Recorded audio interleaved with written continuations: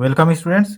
Applied physics 1 की class में आज chapter 3 work, power and energy, कार्य, शक्ति और ऊर्जा, और इसमें जो टॉपिक्स कवर किए जाएंगे: एंगल ऑफ फ्रिक्शन, घर्षण कोण; एंगल ऑफ रिपोज, झुकाव कोण; कोण ऑफ फ्रिक्शन, घर्षण शंकु; and motion of body on plane having friction, घर्षण युक्त तल पर पिंड की गति; मोशन इन हॉरिजॉन्टल प्लेन, क्षैतिज दिशा में गति; और मोशन ऑन इंक्लाइंड प्लेन, आनत तल पर गति, नीचे की ओर गति, downward motion and upward motion. तो आइए लेक्चर स्टार्ट करते हैं।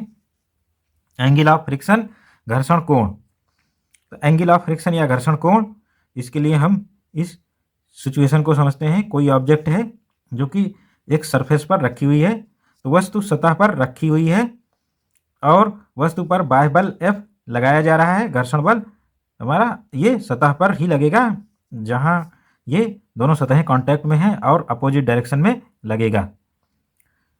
Fs यानी घर्षण बल, स्टैटिक फ्रिक्शन फोर्स यहाँ लग रहा है और एक्सटर्नल फोर्स यहाँ लग रहा है। एक्सटर्नल फोर्स की मात्रा बढ़ाते चले जाएंगे और वस्तु अबाउट टू मूव यानी गति करने वाली होगी। अब Fs Fl बन गया। तो Fl सिचुएशन में हम क्या करेंगे, R और Fl इनका जो परिणामी है, रिजल्टेंट, ये इस दिशा में मिलेगा। तो R ये हो गया। Fs को यहाँ पर प्लॉट करेंगे Fl को, तो ये आ गया। तो ये R और Fs का जो एडिशन आ गया S, ये S R से कितना एंगल बना रहा है, यही कहलाता है घर्षण कोण, एंगल ऑफ फ्रिक्शन। तो इसको लिखेंगे कैसे, एंगल ऑफ फ्रिक्शन यानी घर्षण कोण। The object of mass M is kept on horizontal plane in condition of maximum friction, Fs is equal to mu s into R. That is limiting friction case when object is about to move, the resultant S of Fs and R. The resultant, this is S, which is resultant of Fs and R, is called effective resistance. The angle between S and R is called angle of friction. Angle between S and R is called angle of friction. किसी क्षैतिज तल पर m द्रव्यमान की वस्तु रखी हुई है, किसी क्षैतिज तल पर m द्रव्यमान की ये वस्तु रखी हुई है। ये हमारा क्षैतिज तल है नीचे और m द्रव्यमान की वस्तु रखी हुई है और इस प्रकार रखी हुई है कि वस्तु पर इतना बाह्य बल लगाएं कि वस्तु गति करने वाली होगी। तो वस्तु जब भी गति करने वाली होगी, Fs equal to mu S into R. तो ये रिएक्शन हो गई, इसका म्यू एस से मल्टीप्लाई कर देंगे, Fs equal to mu S into R. तो एक्चुअल में ये Fl हो गया। तो Fs तथा R का परिणामी, तो Fs और R का जो सम है वो S है और यही प्रभावी प्रतिरोध यानी इफेक्टिव रेजिस्टेंस कहलाता है। तो S इफेक्टिव रेजिस्टेंस, प्रभावी प्रतिरोध कहलाता है। परिणामी S प्रभावी प्रतिरोध S और R प्रतिक्रिया के बीच के कोण को हम घर्षण कोण कहते हैं, इसे थीटा से लिखते हैं। तो S और R के बीच का कोण कहलाता है घर्षण कोण। शर्त क्या है, वस्तु अबाउट टू मूव यानी लिमिटिंग फ्रिक्शन कंडीशन में होनी चाहिए, वस्तु गति करने वाली हो। तो S और R के बीच का जो एंगल होता है वो घर्षण कोण यानी एंगल ऑफ फ्रिक्शन कहलाता है। और S कहाँ से मिलता है, R रिएक्शन और Fs यानी लिमिटिंग फ्रिक्शन फोर्स, इनका एडिशन से S मिलता है। तो इस तरह से AB equal to OC equal to Fs। तो AB यहाँ ऊपर है, तो AB equal to OC equal to Fs, tan theta equal to AB यानी Fs upon R, Fs upon R, tan theta equal to Fs upon R। This is Fs equal to mu S upon mu S into R, R cancelled each other, then mu S equal to tan theta. Limiting friction force का coefficient of limiting friction force is always equal to tan theta यानी tan of angle of friction यानी घर्षण कोण का tan लें तो इससे limiting friction force का कोफिशिएंट निकलता है। कोफिशिएंट ऑफ लिमिटिंग फ्रिक्शन वो घर्षण कोण के tan के बराबर होता है। नेक्स्ट, एंगल ऑफ इंक्लिनेशन और एंगल ऑफ रिपोज, झुकाव कोण। तो एंगल ऑफ रिपोज या एंगल ऑफ इंक्लिनेशन क्या है, for an object kept on inclined plane, angle of inclination is actually the angle of friction on inclined plane when an object is almost about to slip for a specific value of angle, then this angle is called angle of repose theta s and mu s is equal to tan theta s। यानी किसी अनत तल पर रखे हुए पिंड, कोई झुका हुआ तल है, उस पर रखा हुआ पिंड है और हम झुकाव कोण को इतना कर दें कि वस्तु नीचे की ओर गति करने वाली हो, तो वस्तु अबाउट टू मूव या नीचे की ओर गति करने वाली हो, इतना झुकाव कोण कर दिया जाए। किसी अनत तल पर रखे हुए पिंड के लिए झुकाव कोण वास्तव में घर्षण कोण ही है। अनत तल पर पिंड जब कोण के विशेष मान के लिए फिसलने वाला हो, तो ये जो इंक्लाइन प्लेन का कोण है इसका मान बढ़ाते जाएंगे और जिस कोण के विशेष मान के लिए ये फिसलने वाला हो द्रव्यमान नीचे की ओर, यही विश्रांति कोण या झुकाव कोण थीटा एस कहलाता है और इस केस में mu S equal to theta S tan theta S के बराबर होता है। The value of angle of repose is increased a little bit, object start slipping on incline plane, this angle is called angle of uniform slip theta K. यानी यदि विश्रांति कोण का मान या एंगल ऑफ या झुकाव कोण का मान क्या करें, थोड़ा सा बढ़ाया जाए तो पिंड आनत तल पर फिसलने लगता है, तो इस बढ़े हुए कोण को कहते हैं एक समान फिसलन का कोण थीटा के और ये कहलाता है mu K equal to tan theta के बराबर होता है।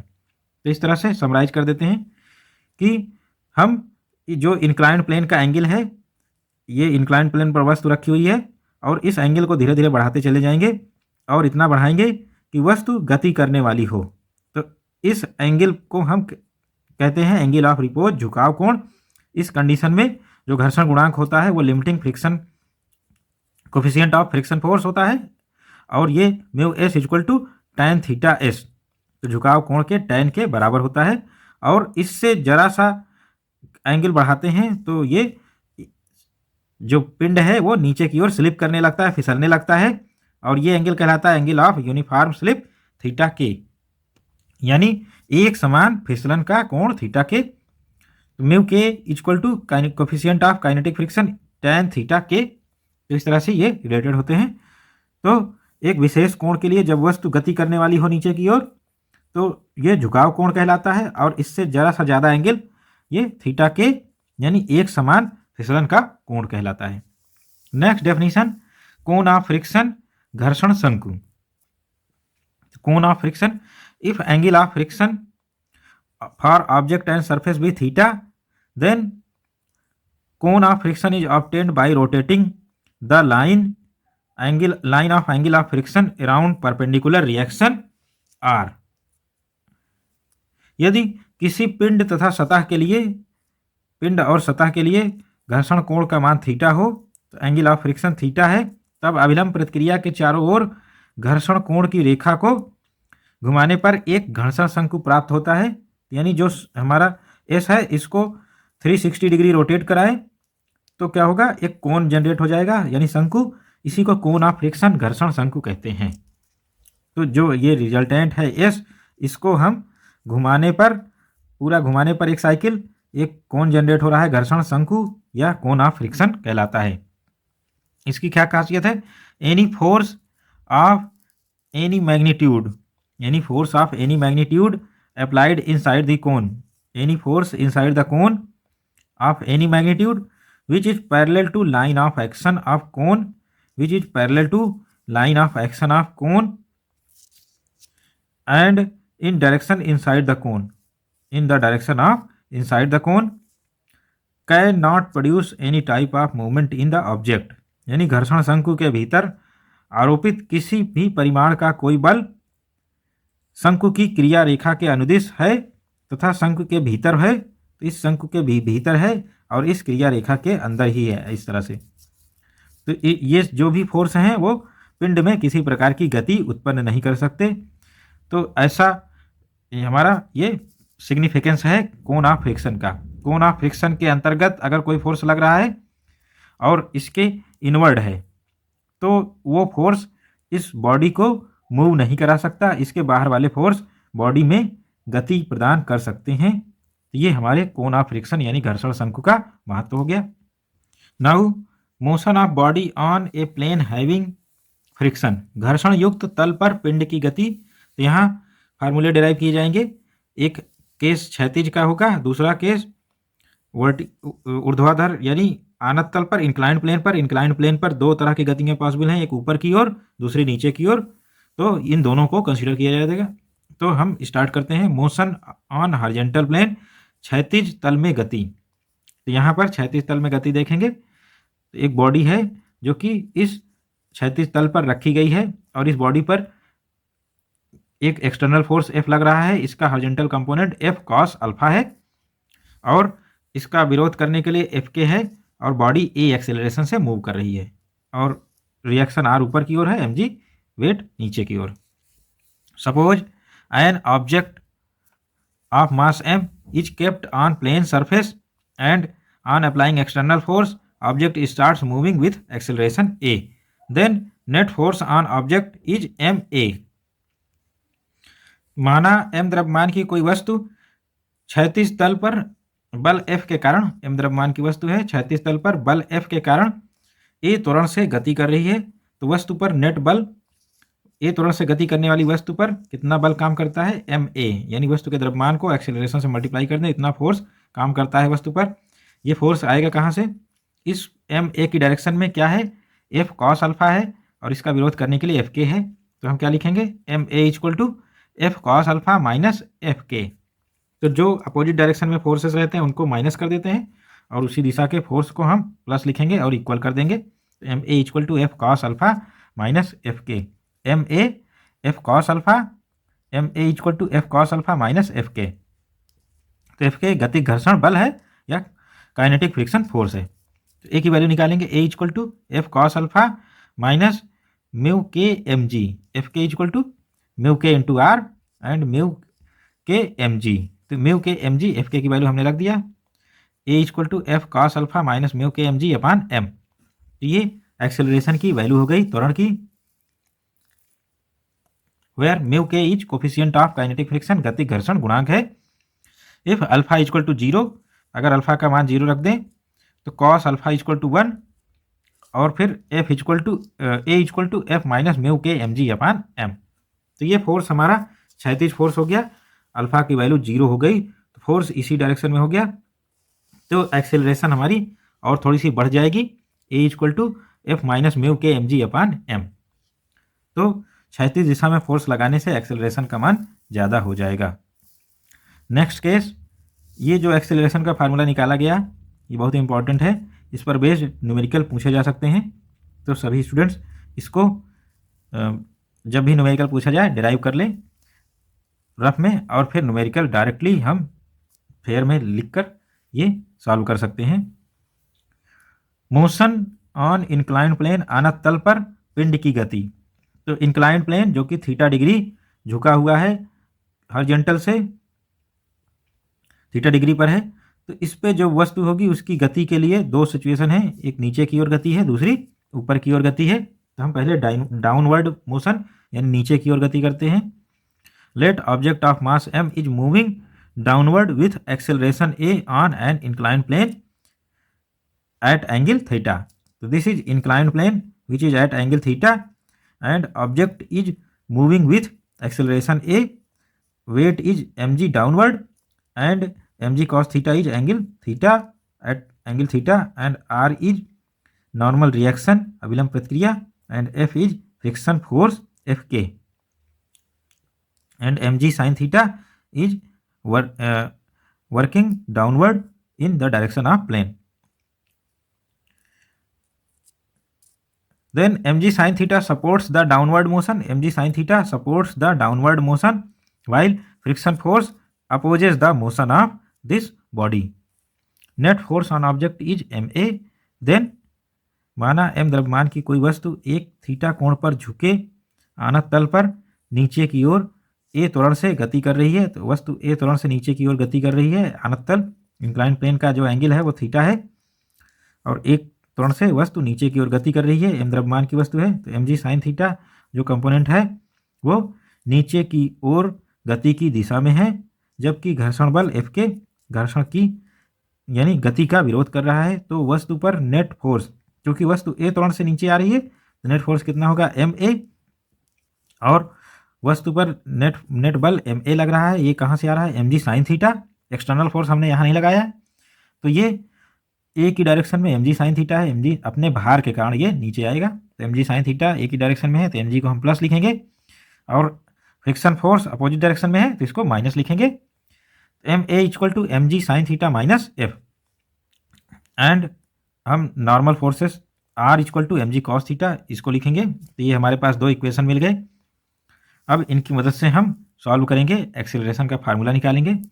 If coefficient of friction is mu, यदि घर्षण गुणांक म्यू है तो f equal to mu R equal to mu mg cos theta.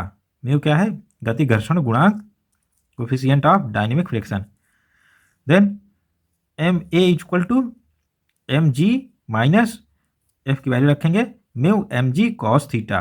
Then m is cancelled and a equal to g sine theta minus mu cos theta. तो इस तरह से acceleration का इक्वेशन डिराइव हो गया। हम जानते हैं ma equal to mg sine theta minus f और r equal to mg cos theta. अब हम f की वैल्यू निकालेंगे, घर्षण बल, इसकी वैल्यू आएगी म्यू r, यानी r की वैल्यू रखेंगे यहाँ mg cos theta, mu mg cos theta f की वैल्यू हो गई, और f की ये वैल्यू हम इक्वेशन 1 में पुट करेंगे।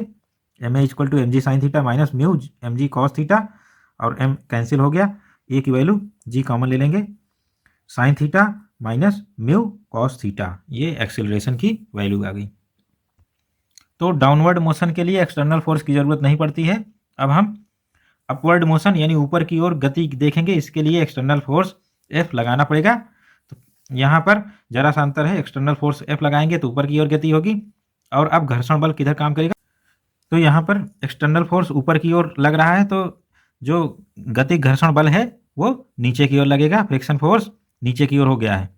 तो mg साइन थीटा और F फ्रिक्शन फोर्स नीचे की ओर, और कैपिटल F यानी एक्सटर्नल फोर्स ऊपर की ओर लगेगा, तभी वस्तु ऊपर की ओर गति करेगी ए त्वरण से। तो इस केस में हम देखते हैं, let mass m is moving upward on an inclined plane at angle theta with acceleration a. This motion is due to external force F and mg